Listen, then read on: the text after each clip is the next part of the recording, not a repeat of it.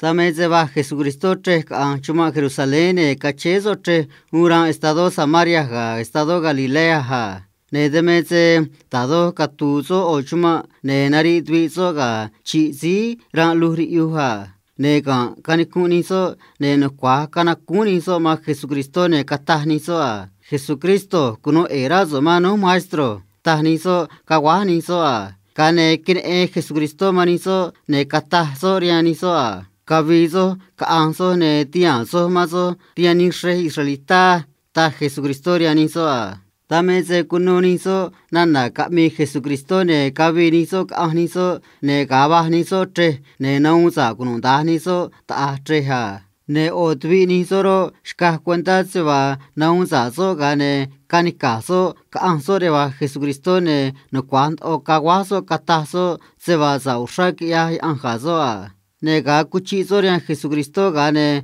kanikuru so ne nagozo gracia rian Jesucristo a ne si samaritano si ya ni yibi israelita mezo a kane kata Jesucristo rian si chega zo a chi ya yibi na unza ki ya raha ne mereba on ni si na unza razo ga ne a onizo ne kanika kata seba sa ushak ya chezo ama urun si ya niña me si kungra kata ta kya anjazo ana ta Jesucristo shna anso mani yubi che gazo a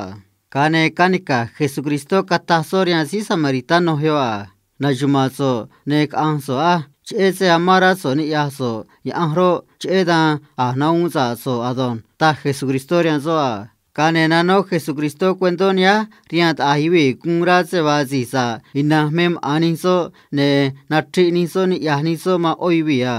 kanikubis na ora nuvino ko kachin ya roso rian anja ozoro mezi fariseo ne ozoro mezi tiai maiwi che impuesto a dame se kanikun si fariseo yo ne kachin ya so ne kataso na nanya rian anja kun ya ushani ata ya kun ya ushani se va ne ya daba ya oni yibi ma tame se jani so zane si tiai to si tume ka kun to si hoto ka ni ka oibi do meni so ne ya ta ma ne kun ya ni se va ne ya daba ya si si tiai ma yibi che impuesto ma ne vi ya to kun na ma ke o tungwi che se ara ke riazo ne ke o peso ria ta ha chi peso ya kana riazo adon ta si fariseo yo ria anja ne ka to chi ni kun sia ne impuesto ma ibi yo ne kun ozo ni ya so ma so ria ne ka behrazo na shkazo ria zo ni ya so re ni kun anja ma zane kozo se kushuzo ru kwam azo ne katazo a kunu era so ni ya so ma ata ya oze sisteme ka kun me hadon ta so ria anja ne cuando nia me se katashna